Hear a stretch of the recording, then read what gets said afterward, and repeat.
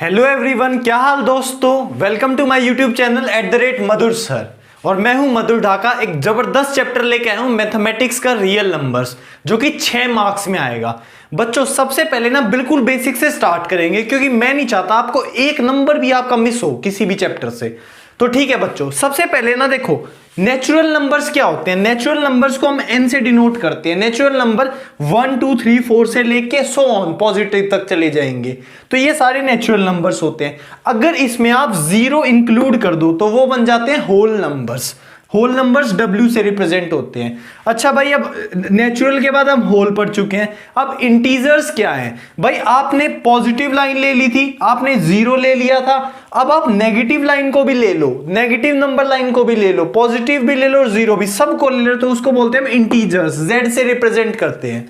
उसके बाद sir rational numbers क्या होते हैं भाई। इसके बीच में भी बहुत सारे नंबर्स होंगे जो पॉइंट्स में आ रहे होंगे, 3.5 4.5 वो कहां गए। तो भाई रैशनल नंबर्स वो नंबर्स होते हैं जिनको आप p/q फॉर्म में लिख दो, जिसमें p और q आपके कोई भी इंटीजर्स हो सकते हैं, बट एक कंडीशन है कि q कभी भी 0 नहीं हो सकता। अब इस चीज को ध्यान से समझो, q 0 क्यों नहीं हो सकता। लेट अस सपोज हमने ले लिया 7/0। अब एक बात बताओ, 7/0 ना नॉट डिफाइंड बन जाता है। कैसे नॉट डिफाइंड बन जाता है, जब आप इसे सॉल्व करोगे तो भाई 0 बन जा 0, फिर 7 बच गया, 0 बन जा 0। ये कोई चीज डिफाइन ही नहीं है, कभी खत्म ही नहीं होएगा। तो इस चीज के लिए हम क्या करते हैं, हम कोशिश करते हैं हमारे डिनोमिनेटर में 0 ना आए। डिनोमिनेटर में 0 नहीं आना चाहिए। रैशनल नंबर्स कौन से नंबर हो सकते हैं, जो p/q फॉर्म में लिखी जाए, जहां पे p और q कोई भी इंटीजर्स हो सकते हैं। इंटीजर्स अभी क्लियर है, ठीक है। बट कंडीशन क्या है, q 0 नहीं होना चाहिए, ठीक है मेरे भाई। तो इसमें सारे रैशनल नंबर्स आ गए। अब सर इरेशनल नंबर्स कौन से होते हैं भाई। वो नंबर्स जो p/q फॉर्म में नहीं लिखे जा सकते, वो इरेशनल नंबर्स है। जैसे फॉर एग्जांपल देखो, आप अंडर रूट पढ़ते हो, देखो अंडर रूट में पढ़ते हो, जैसे अंडर रूट 4 है, अंडर रूट 4 तो 2 बन गया, ठीक है मेरे भाई। तो वो तो हो गया रैशनल। बट अगर अंडर रूट में कोई चीज फंस जाती है, जैसे फॉर एग्जांपल अंडर रूट 3 है, अंडर रूट 3 तो अब क्या हो गया, ये फंस गए, बाहर नहीं आ सकती। बाहर कौन आता है, जिसका पेयर बन जाता है, पेयर बनने के बाद वो एक चीज बाहर आ जाती है। जैसे 4 में 2 2 का पेयर बन गया, 2 बाहर आ गया, बट इसमें पेयर नहीं बनाए, फंसा रह गया। तो इस वजह से ये इरेशनल, कुछ भी फंस जाए। जैसे फॉर एग्जांपल आपने √8 लिखा, √8 में 2 तो बाहर आ गया, बट एक 2 रह गया, तो ये भी क्या है, इरेशनल नंबर है। तो यहां पे आपके सारे इरेशनल नंबर आ गए। अब पाई क्या है, पाई भी आपका एक इरेशनल नंबर है। अगर मैं बोलूं 22/7 तो आप बोलोगे रैशनल नंबर। क्यों, क्योंकि ये p/q फॉर्म में लिखा गया है, जहां पे p और q इंटीजर्स हैं और q 0 नहीं है, डिनोमिनेटर 0 नहीं है। बट अगर मैं बोलूं खाली पाई क्या है, तो पाई आपका इरेशनल नंबर है। इरेशनल नंबर i से रिप्रेजेंट होते हैं। जब रैशनल नंबर्स और इरेशनल नंबर्स को हम इकट्ठा कर दें, तो उन सब की कलेक्शंस को हम रियल नंबर्स बोलते हैं, जो कि r से रिप्रेजेंट होता है। तो चैप्टर का नाम है रियल नंबर्स, मतलब जिसमें आपको रैशनल नंबर्स भी पढ़ने हैं, इरेशनल नंबर्स भी पढ़ने हैं, ठीक है मेरे भाई। यहां तक बात समझ में आ गई। अच्छा सर, क्या रियल नंबर के अलावा भी कोई नंबर्स होते हैं। हाँ भाई, रियल नंबर्स के अलावा भी नंबर्स होते हैं, उनको हम बोलते हैं कॉम्प्लेक्स नंबर्स। अब कॉम्प्लेक्स नंबर सर कैसे होते हैं भाई। अंडर रूट में अगर कुछ फंस जाए माइनस में, जैसे अंडर रूट -1, तो इसको हम बोलते हैं कॉम्प्लेक्स नंबर। ये i से रिप्रेजेंट होते हैं, आयोटा। क्या बोलते हैं, आयोटा। i की वैल्यू क्या होती है, अंडर रूट -1। वो आपको नहीं पढ़ना है, वो आपको 11th स्टैंडर्ड में पढ़ना है। अपन को क्या पढ़ना है, रियल नंबर्स पढ़ना है। ये सारी चीज देख ली। अब आगे देखो, एक चीज और देखो। मान लो फॉर एग्जाम्पल आपकी एक फ्रैक्शन है p/q, भाई आप उसको डिवाइड करोगे, हो सकता है कि वो डिवाइड हो जाए। डिवाइड हो जाएगा मतलब लास्ट में रिमाइंडर 0 आ जाए, चाहे कितने भी डिजिट के बाद 0 आ जाए, बट आंसर लास्ट में रिमाइंडर 0 आ जाए, तो उसको बोलते हैं हम टर्मिनेटिंग। क्या बोलते हैं, terminating. Let us take an example, 2.372 के बाद वो रिमाइंडर उसका 0 आ गया, तो ये टर्मिनेटिंग है, ठीक है। हो सकता है वो टर्मिनेट ना हो, तो नॉन टर्मिनेटिंग। नॉन टर्मिनेटिंग में 2 केस बन सकते हैं। हो सकता है वो रिपीट हो रही हो, फॉर एग्जांपल 2.37 पे बार, मतलब कैसा चल रहा होगा, ऐसा आ रहा होगा 2.37 ऐसे ऐसे चल रहा होगा। तो ये भी क्या आपकी नॉन टर्मिनेटिंग रिपीटिंग। मतलब नॉन टर्मिनेटिंग क्यों, क्योंकि रिमाइंडर 0 नहीं आया। रिपीटिंग क्यों, क्योंकि ये रिपीट हो रहा है, कोई पैटर्न रिपीट हो रहा है। हो सकता है ऐसे हो 2.5555555 सो ऑन, तो इसका मतलब 2.5 पे बार। हो सकता है 2.372 मतलब 2.3 और फिर 72 72 72 72 चल रहा हो, तो ये नॉन टर्मिनेटिंग रिपीटिंग है। अब हो सकता है भाई, देखो हो सकता है टर्मिनेट हो जाए, हो सकता है टर्मिनेट ना हो, ना टर्मिनेट में भी एक कंडीशन है बट रिपीट हो रही हो, बट एक ऐसी कंडीशन हो जिसमें ना तो रुक रहा हो, ना तो रिमाइंडर 0 हो रहा और ना ही वो रिपीट हो रहा, कोई पैटर्न फॉलो नहीं हो रहा, रिपीशन नहीं हो रही। Let us take an example 2.10 100 1000 so on, मतलब इसमें ना कोई चीज रिपीट नहीं हो रही, कोई चीज रिपीट नहीं हो रही, या फिर कुछ भी 7.134 मतलब कुछ भी आए जा रहा है, कोई पैटर्न नहीं मिल बन रहा, जैसे यहां पे बन रहा था कि 373737 रिपीशन का पैटर्न नहीं बन रहा। ठीक है मेरे भाई, तो इनको बोलते हैं नॉन टर्मिनेटिंग नॉन रिपीटिंग। अब देखो इसमें ना ये भी आपका क्या है रैशनल, ये भी क्या है आपका रैशनल, बट एक भाई जो बेकार बात क्या है, देख ना तो टर्मिनेट हो रहा और तो ऊपर से रिपीट भी नहीं हो रहा, तो ये एक गंदा बच्चा है जो कि क्या है इररेशनल। तो इररेशनल नंबर्स ये भी होते हैं भाई, ध्यान रखना, जिनको आप जिनका ना तो रिमाइंडर 0 आ रहा होता और ना ही कोई फिक्स पैटर्न वो कर रहे होते रिपीशन का ध्यान रखना, रिपीट होने का कोई पैटर्न नहीं होता। ठीक है मेरे भाई, तो रैशनल नंबर की हमने डेफिनेशन देख ली, इर्रेशनल नंबर की हमने डेफिनेशन देख ली। तो भाई आगे चलते हैं भाई। ठीक है भाई, एक इंपॉर्टेंट सवाल लेते हैं जो हर बार पेपर में आता है। आपको प्रूव करना है कि √3 एक इर्रेशनल नंबर है, √3 एक इर्रेशनल नंबर है, ये आपको प्रूव करना है। तो इसको करने के लिए हम क्या करेंगे, हम सबसे पहले हम मानेंगे, लेट करेंगे कि √3 को एक rational number, let √3 be a rational number. हम क्या मानेंगे कि √3 एक रैशनल नंबर है। अब √3 एक रैशनल नंबर है तो √3 को आप लिख सकते हो p/q फॉर्म में। किस फॉर्म में लिख सकते हो, p/q फॉर्म में लिख सकते हो, जहां पर p एंड q आपके क्या हैं, इंटीजर्स हैं। p एंड q आपके क्या हैं, इंटीजर्स हैं। और साथ ही साथ आपको एक कंडीशन बोली थी कि q आपका डिनोमिनेटर 0 नहीं होगा। इतनी चीज समझ में आई, बिल्कुल आई। अब एक चीज मेरे को एक चीज बताओ, जैसे p और q है और p और q में इंटीजर्स है, जैसे फॉर एग्जांपल एक केस लेते हैं, जैसे फॉर एग्जांपल मैंने लिखा 4/6 लिखा, इसमें p भी इंटीजर है q भी इंटीजर है। पर एक चीज बताओ आप, अगर मैं इसको लिखूंगा और जब इसे सिंपलेस्ट फॉर्म में करूंगा तो कट जाएंगे ना, तो कटने के बाद आप कोई भी नंबर लोगे इंटीजर्स और उसको काटोगे, जब सिंपलेस्ट फॉर्म में लिखोगे तो आपके पास ऐसे नंबर्स आ जाएंगे जो क्या होते हैं, कोप्राइम होते हैं। कोप्राइम का नंबर क्या होता है, कोप्राइम का मतलब होता है जिसका HCF 1 हो। HCF मतलब हाईएस्ट कॉमन फैक्टर 1 हो, मतलब उन दोनों में कॉमन कुछ भी ना हो, तो कॉमन सिर्फ क्या हो, 1 हो, उसके अलावा कुछ भी कॉमन ना हो। यहां तक बात समझ में आई। तो देखो मेरे भाई, अब आप क्या करोगे, आप यू लिखोगे कि जब कॉमन है, common would be cut out and p and q will be coprime. अब p एंड q क्या बन जाएंगे, कोप्राइम बन जाएंगे। कोप्राइम का मतलब क्या होता है, जिसमें हाईएस्ट कॉमन फैक्टर क्या हो, सिर्फ 1 हो, मतलब उनमें कॉमन कुछ भी ना हो, सिर्फ 1 हो। यहां तक बात समझ में आई। अब इसके आगे देखते हैं भाई। अब यहां तक लिख चुके हो आप, अब आप इसमें क्या करोगे, स्क्वायरिंग करोगे, squaring both side, squaring both side, squaring both side आपने करी तो आपने √3 का स्क्वायर करा और आपने p/q का भी स्क्वायर करा। अब देखो स्क्वायर करोगे तो क्या होगा, स्क्वायर करोगे तो अंडर स्क्वायर से कट जाएगी, तो यहां पे आया 3, यहां पे आया p²/q²। यहां तक समझ में आया, ठीक है मेरे भाई। अब एक चीज देखना, अगर आप इसको यहां भेज दोगे तो इससे आएगा 3q² = p²। यहां तक समझ में आया, बिल्कुल आया। अब इसके बाद क्या होगा, ये 3 उसके डिवाइड में चला जाएगा, इसका मतलब क्या हो जाएगा, q² = p² / 3। अब एक चीज देखो, आपको दिख रहा है p² जो है वो डिविजिबल है, किससे डिविजिबल है, वो डिविजिबल है सर 3 से। p² is divisible by 3, divide कर रहा है ना। अब p² डिवाइड कर रहा है 3 से, तो p will also be divisible by 3। देखो इसको ध्यान से समझो, जैसे फॉर एग्जांपल अगर मैं बोलता हूं कि 9 है, जैसे 3 का स्क्वायर लेते हैं, 3 का स्क्वायर लिया, 3 के स्क्वायर को अगर मैं बोलूं कि 3 का स्क्वायर आपका डिवाइड हो रहा है, या फॉर इसको थोड़ा और आगे लेते हैं, इसको लेते हैं जैसे 9 का स्क्वायर, अगर मैं आपको बोलूं 9 का स्क्वायर डिवाइड हो रहा है 3 से, मतलब 81 डिवाइड हो रहा है 3 से, तो 9 भी डिवाइड होगा पक्का भाई 3 से, बिल्कुल होगा। तो ऐसे ही मैंने बोला कि अगर ये पी स्क्वायर डिवाइड हो रहा है 3 से, तो पी भी पक्का डिवाइड होता होगा 3 से, ठीक है मेरे भाई। अब पी 3 से डिवाइड हो रहा होगा, जैसे फॉर एग्जांपल अगर मैं बोलूँ आपको कि 10 को डिवाइड कर देता है 2, 10 को डिवाइड कर देता है 2, तो इसका मतलब है कि 10 लाने के लिए आपको 2 को किसी नंबर से मल्टीप्लाई करना होता होगा, तभी 10 आता होगा।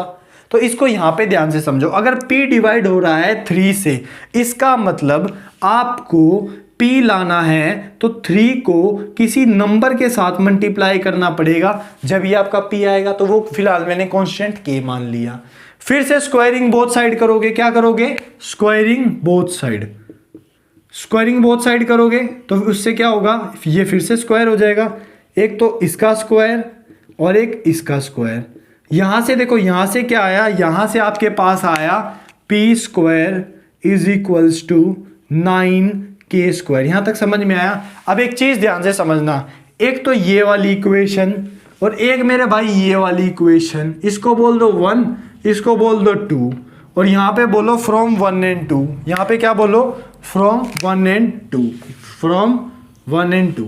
तो फ्रॉम 1 एंड 2 ध्यान से देखना, पहली और दूसरी से देखो, ये भी पी स्क्वायर की वैल्यू है, ये भी पी स्क्वायर की वैल्यू है, तो आपस में वैल्यूज बराबर होंगी। तो 3q स्क्वायर बराबर है 9k स्क्वायर। यहां तक समझ में आया, बिल्कुल आया जी।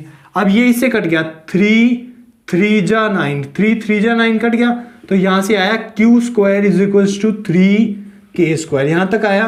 अब ये 3 किसके डिवाइड में जा रहा है, q स्क्वायर के में, तो q square by 3 is equals to k square. फिर अब यहां से क्या लाइन बोलोगे कि आपको दिख रहा है कि q square is divisible by 3, this implies q will also be divisible by 3। यहां तक समझ में आया। अब एक चीज देखो ना, आपने यहां पे बोला कि p डिवाइड कर रहा है 3 से, p डिवाइड हो रहा है 3 से, यहां पे आप बोल रहे हो q डिवाइड हो रहा है 3 से, बट यहां पर आप बोल के चले थे कि p और q के बीच में तो कुछ भी कॉमन नहीं है, सिर्फ 1 ही कॉमन है। तो आपने तो एक खुद ही कॉन्ट्राडिक्शन क्रिएट कर दी ना, कि यहां पर बोल रहे हो कि p 3 से डिवाइड हो रहा है, q भी 3 से डिवाइड हो रहा है, मतलब p और q का दोनों का फैक्टर आ गया कॉमन 3। वहां पे बोले थे 1 से बड़ा तो कोई है ही नहीं, तो ये कॉन्ट्राडिक्शन आ गई। तो अब यहां पे क्या लिखोगे, हेयर कम्स द कॉन्ट्राडिक्शन। अच्छा, यहां पे बोलोगे p and q both have 3 as common factor.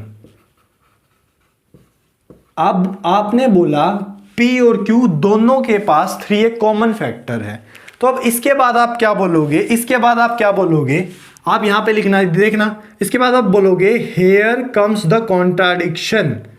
यहां पर तो कॉन्ट्राडिक्शन होगी, कॉन्ट्राडिक्शन का मतलब मैं पहले कुछ और कहूं अब कुछ और कहूं। किस बात पे कॉन्ट्राडिक्शन होगी, टू द फैक्ट दैट, एक फैक्ट बताया था मैंने कि p एंड q आर को प्राइम। मैं पहले बोल के चला था ना p एंड q को प्राइम है, को प्राइम मतलब हाईएस्ट कॉमन फैक्टर उसमें 1 है, उसके अलावा कुछ भी कॉमन नहीं है। सो इसका मतलब क्या है, यहाँ पे कॉन्ट्राडिक्शन आ गई। So our supposition was wrong, जो हमने सपोज करा था, सपोजिशन वो गलत करा था, वो गलत सपोज करा था। तो इसका मतलब क्या है, सपोजिशन वॉज रॉन्ग, देयरफॉर आपका p बाई क्यू क्या है, इर्रेशनल। अगर p बाई क्यू आपका इर्रेशनल है, p बाई क्यू आपने क्या माना था, आपने √3 माना था, तो therefore √3 is irrational.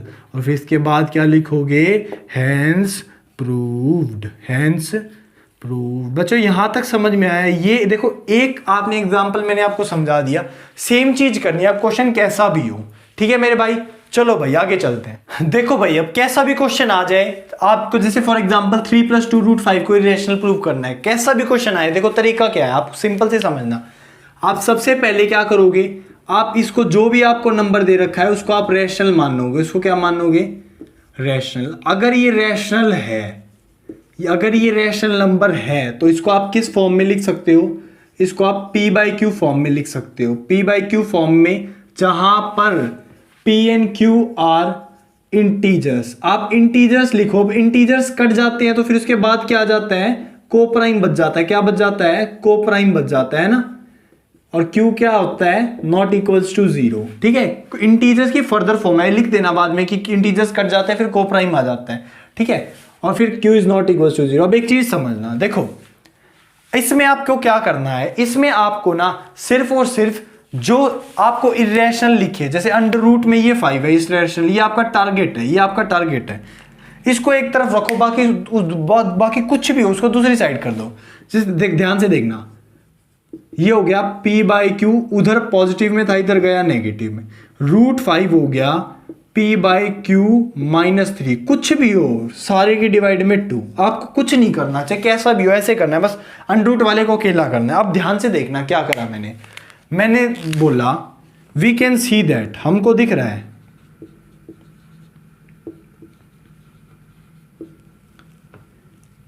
√5 is irrational, हमें दिख रहा है कि √5 इरेशनल होता है। वी कैन सी दैट, हमें दिख रहा है यहाँ पे कि √5 इरेशनल है, √5 से इरेशनल होती है, या इसको वी कैन सी दैट की बजाय वी नो दैट लिख दो।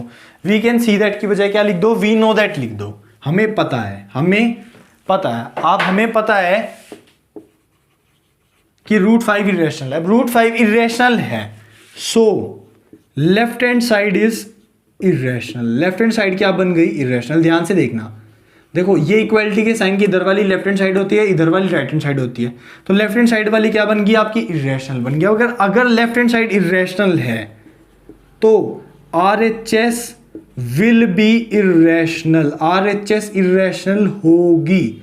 भाई एक नॉर्मल सी बात है, लेफ्ट हैंड साइड इरेशनल है तो राइट हैंड साइड इरेशनल होगी। अब राइट हैंड साइड को ध्यान से देखो, अगर मैंने तुम्हें बता दिया ये पूरी इरेशनल है, तो इसमें आप क्या बोल सकते हो कि in RHS except P by Q, P by Q को छोड़ के all are integers. P by Q को छोड़ दो बस, P बाई क्यू का आपको नहीं पता क्या है, P बाई क्यू के अलावा सारे इंटीजर्स हैं। तो इसका मतलब दिक्कत कहाँ आ रही है, दिक्कत आ रही है इस P बाई क्यू में। P बाई क्यू में ही कुछ ऐसा है जिसको पूरी टर्म को इरेशनल बना रहा है। This implies P by Q is irrational, और अगर P बाई क्यू इरेशनल है तो P बाई क्यू आपने क्या माना था, 3 + 2 √5। This implies 3 + 2 √5 is irrational. देखो भाई एक चीज देख लो, आप ना ध्यान से समझो, क्वेश्चन आपका चाहे कैसा भी आ जाए, कितना ही मुश्किल आ जाए, जैसे फॉर एग्जांपल देख लो क्वेश्चन आ जाए -5/7 + 2/3 √3, इसको करना है तो इसको भी सेम चीज कर लोगे। टारगेट क्या है, इसको P बाई क्यू कर लिया, वो सारी चीज कर ली, ये आपका अंडर रूट वाले को पकड़ लिया, बाकी उधर फेंक के मारा। जैसे ये हो गया 2/3 √3 equal to P by Q, ये माइनस है उधर गया 5/7, ये √3 अपने मस्त बैठा हुआ है, P बाई क्यू प्लस 5/7। देखो ये 2/3 है ना, √3 के साथ मल्टीप्लाई में, √3 के साथ मल्टीप्लाई में, तो उधर जाके 2/3 क्या जाएगा, डिवाइड में, और पढ़ा रहेगा आपको क्या मतलब। आप यहां से फिर अपनी कहानी स्टार्ट कर देना। Let us take another example. मान लो आपको प्रूव करना है कि 1/2 √7 है, तो इसमें भी वही चीज है, इसमें आप क्या करोगे, वही P बाई क्यू कर दोगे। मैंने क्या बोला है कि रूट वाले को अकेले करना है। आप ध्यान से समझना, अगर ये 1 में है तो इसको पलट दोगे तो उधर पलट जाएगा, वो उधर पलट जाएगा तो 1/P बाई क्यू हो गया। फिर √7 को इधर रखा, 1/P बाई क्यू, और ये इधर क्या है, मल्टीप्लाई में, तो इसके एक इधर चला जाएगा, ये डिवाइड में चला जाएगा, तो यहाँ पे आ गया। तो आपको मतलब नहीं है इससे, ठीक है, ये सारी चीज होगी। तो चलो भाई आगे देखते हैं। देखो भाई कुछ ना MCQ में आ जाते हैं और बहुत जबरदस्त सवाल हैं भाई। आपको ना, आपने कहीं से भी पढ़ा होगा, आपने ना इन क्वेश्चंस पे ज्यादा ध्यान नहीं दिया जाता, और ये जनरली पेपर में आते हैं, और फिर आपके एग्जाम में मार्क्स आएंगे 99, 1 नंबर कटा मिलेगा इन जैसे में। तो एक बार ध्यान से समझना। सबसे पहले एक चीज समझना, 0 एक रैशनल नंबर है, 0 एक रैशनल नंबर है। रैशनल नंबर वो नंबर्स मैंने बताए थे जो P बाई क्यू फॉर्म में लिखे जा सकते हैं। तो इसका मतलब 0 को भी आप P बाई क्यू फॉर्म में लिख सकते हो, बिल्कुल लिख सकते हैं 0/1। जैसे 7 है, 7 को 7/1 लिख सकते हो ना, 8 को 8/1 लिख सकते हो। तो ऐसे ही 0 के नीचे आप 1 लगा सकते हो, और जहां पे डिनोमिनेटर 0 नहीं है, मतलब Q is not equal to 0। यही तो होते हैं rational, P and Q are coprime and Q is not equals to zero. Coprime बाद में जब कट जाते हैं वैसे इंटीजर्स, तो पी और क्यू इंटीजर्स भी हैं आपके, और साथ ही साथ क्यू आपका जीरो नहीं है। तो एक बात ध्यान रखना, जीरो एक रैशनल नंबर। अब एक बात ध्यान देना, सारा चेंज कर देगा गेम यहाँ पे। इसमें बोला है द सम और difference of a rational and a irrational number is irrational, always irrational. आपका रैशनल नंबर और इर्रेशनल नंबर का सम आप करोगे तो वो हमेशा इर्रेशनल मिलेगा। जैसे फॉर एग्जांपल एक केस लेते हैं, रैशनल नंबर का 7 ले लेते हैं और इर्रेशनल नंबर का √5 ले लेते हैं, तो 7 + √5 आपका क्या आया, इर्रेशनल आया। एक और केस लेते हैं, जैसे मैंने बोला रैशनल 0 भी है तो 0 ले लेते हैं एक बार, 0 + √5 करोगे इर्रेशनल, तब भी क्या आएगा, √5 बचेगा जो कि क्या है, इर्रेशनल। तो रैशनल इर्रेशनल के केस में अगर आप सम करो चाहे डिफरेंस करो तो हमेशा इर्रेशनल आ रहा है। आगे देखना मेरे भाई, द प्रोडक्ट, प्रोडक्ट मतलब मल्टीप्लाई, क्वेश्चन मतलब डिवाइड। जब प्रोडक्ट मल्टीप्लाई करें या डिवाइड करें एक नॉन जीरो, भाई इसमें नॉन जीरो है मतलब रैशनल में जीरो नहीं लेना।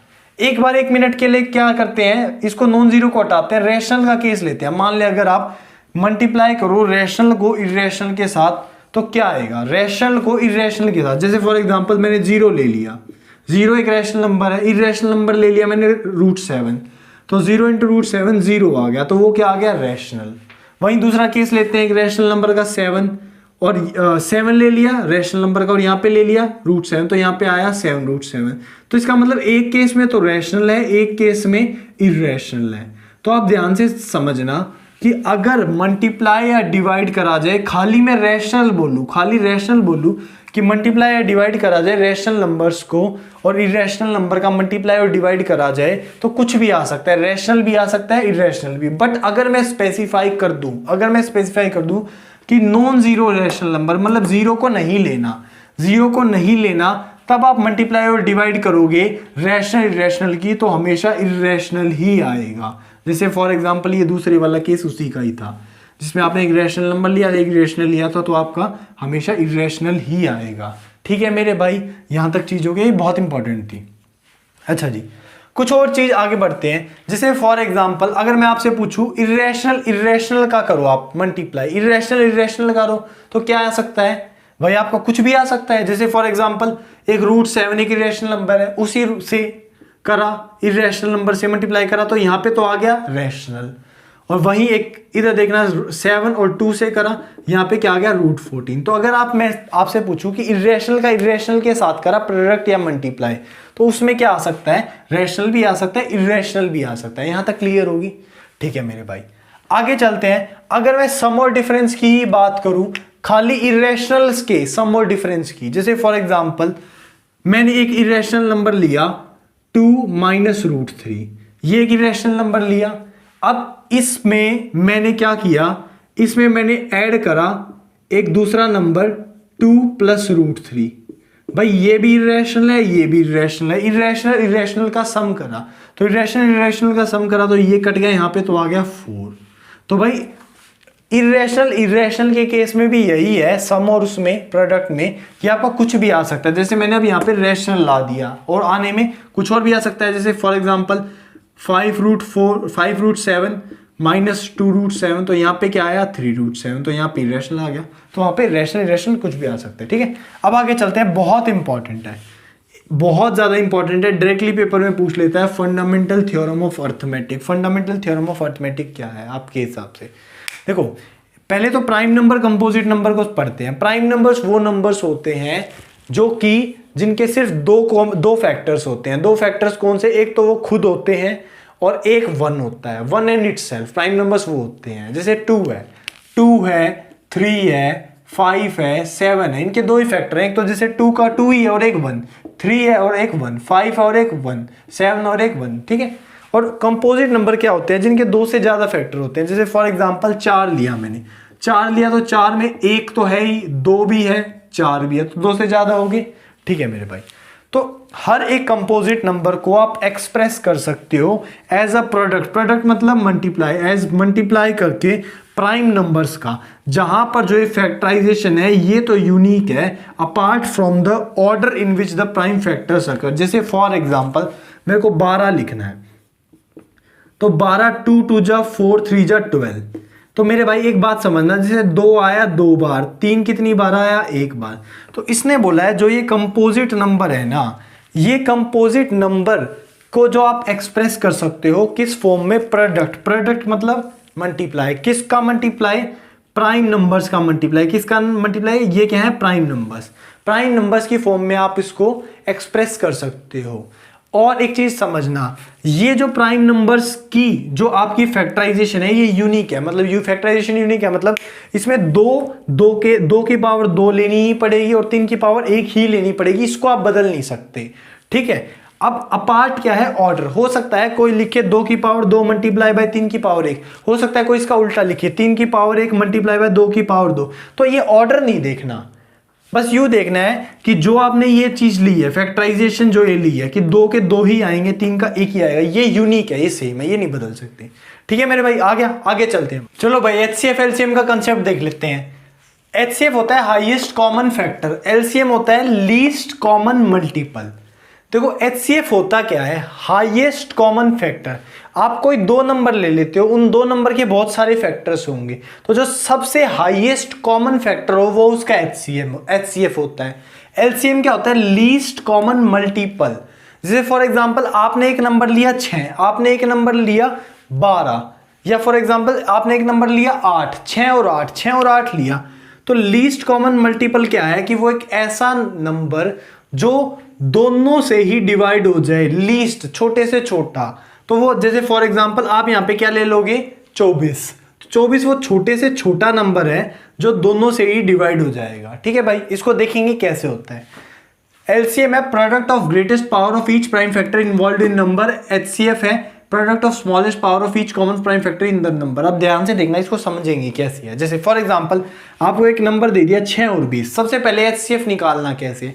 एचसीएफ निकालने के लिए सबसे पहले आपने जैसे कोई भी एक प्राइम नंबर ले लिया, जैसे 2 चूज कर लिया अभी फिलहाल, पहले तो इनकी प्राइम फैक्टराइजेशन कर ली, अब फिर चूज करा 2।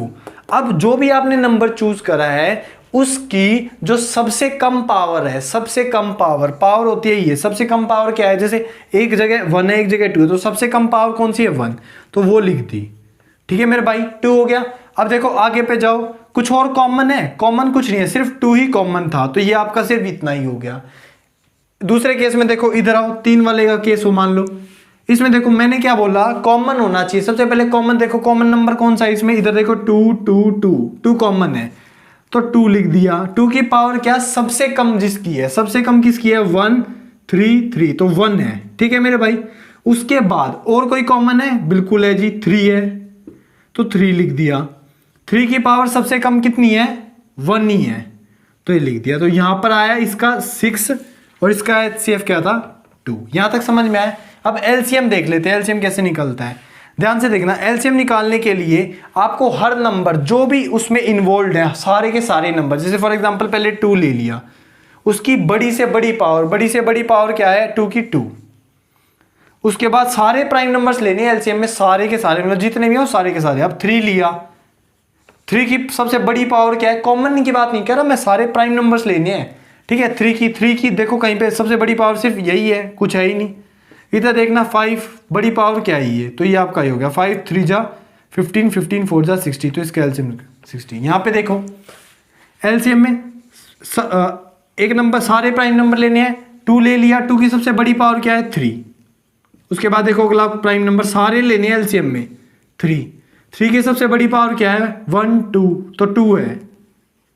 उसके अलावा जो भी बचा 5 की सबसे बड़ी पावर क्या है, 1 ही है, एक ही है।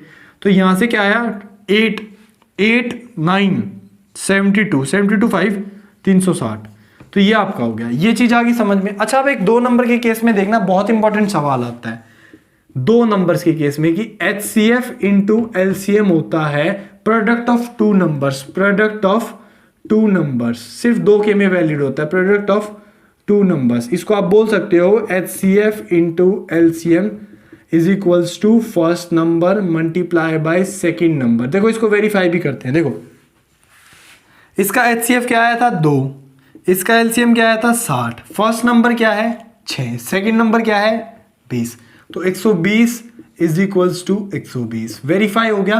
किस केस में वैलिड है, 2 के में ही वैलिड है। सर 3 के में क्या होगा, आपकी बुक के लास्ट में लिखा हुआ है 3 का, हालांकि वो इम्पॉर्टेंट नहीं है पेपर के लिए वो इम्पॉर्टेंट नहीं है। बट अगर तुम मेरे से बोलोगे कि हमको तो बताओ, तो मैं तो बता दूंगा।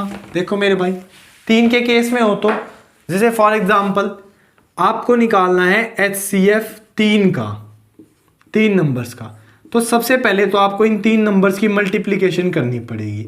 HCF के केस में आपको LCM लेना पड़ेगा, HCF के केस में LCM लेना पड़ेगा तीनों का, यहाँ पे ले लिया मल्टीप्लाई में, और फिर LCM लेना पड़ेगा इंडिविजुअली, पहले AB का, फिर मल्टीप्लाई करना है LCM BC का, और फिर मल्टीप्लाई करना है LCM CA का। अगर आपको LCM निकालना है ABC का तो मेरे भाई प्रोडक्ट करनी है। LCM के केस में HCF आएगा, तो HCF ऊपर तीनों का,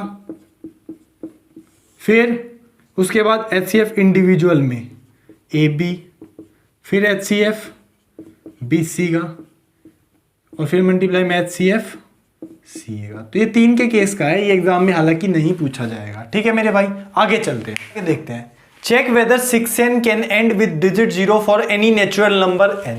भाई देखो, सबसे पहले ध्यान से समझना। देखो सबसे पहले तो हम इसे ना वैसे अपने पहले एक बार मन में करके देखेंगे। भाई देखो, जैसे 6n की पावर नेचुरल नंबर मतलब जो 1 2 3 4 से स्टार्ट हो। जैसे फॉर एग्जांपल 6 की पावर 1 वो क्या आएगा 6, 6 की पावर 2 वो क्या आएगा 36, 6 की पावर 3 वो क्या आएगा 216। तो भाई क्या कहीं पे 0 आ रहा है पीछे? नहीं आ रहा। तो हमने वैसे तो देख लिया मन में कि कभी भी नहीं आ रहा, बट इसे थ्योरेटिकल प्रूफ कैसे करें, ध्यान से देखो भाई। सबसे पहले आप यूं बोलोगे, any number ending with digit 0 is divisible by 10। कोई भी नंबर जिसके पीछे 0 आती है वो 10 से भाग होता है, 10 से डिवाइड होता है। 10 का मतलब क्या होता है मेरे भाई? 10 का मतलब होता है 2 × 5। ठीक है मेरे भाई। अब क्वेश्चन में गिवन क्या है? 6 raised to power n, मतलब 2 raised to power 3 multiply by n। अब देखो यहाँ पे देखो, 0 लाने के लिए 2 और 5 चाहिए। 2 तो है आपके पास, 3 नहीं है आपके पास, सॉरी।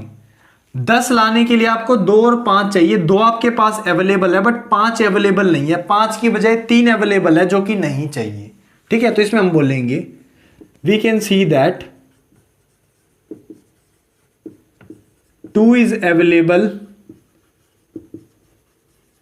which is needed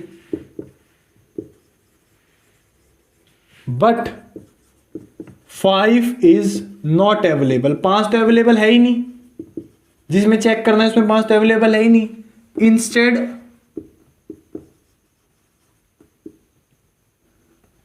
इसकी बजाय क्या है? 3 is present, 3 is present which is not needed। भाई 3 प्रेजेंट है जिसकी कोई जरूरत नहीं है, तो इसका मतलब क्या है? therefore 6n can never end with digit 0। जो पूरा है ना क्वेश्चन, वो पूरा क्वेश्चन चिपका दो। For any natural number n। ठीक है मेरे भाई, यहां तक हो गया। अब देखो ये यहां तक हो गया। अगर एग्जाम में क्वेश्चन आए 4 raised to power n का, तो 4 raised to power n क्या एंड करेगा? देखो खुद से कर देखो, 4 raised to power 1, 4 raised to power 2 16, 4 raised to power 3 64। कहीं कर रहा है? नहीं आ रहा पीछे भी 0। और वैसे देखो आप 4 raised to power n में देखोगे 2 × 2 है, 2 आपको चाहिए बट आपको 5 भी चाहिए था। उस 5 की बजाय आपके पास एक एक्स्ट्रा 2 है जिसकी आपको जरूरत नहीं थी। ठीक है मेरे भाई, तो ये भी नहीं होगा। अब देखना, आपको इसे एक्सप्रेस करना है कंपोजिट नंबर्स में। कंपोजिट नंबर्स में बता चुका हूं, जिसके 2 से ज्यादा फैक्टर्स हो कंपोजिट नंबर। सबसे पहले इस क्वेश्चन को उठाते हैं। देखो मेरे भाई, इसमें ध्यान से देखना, 13 कॉमन, 13 कॉमन आया तो 7 × 11 + 1, उसका कुछ नहीं बचा तो 1।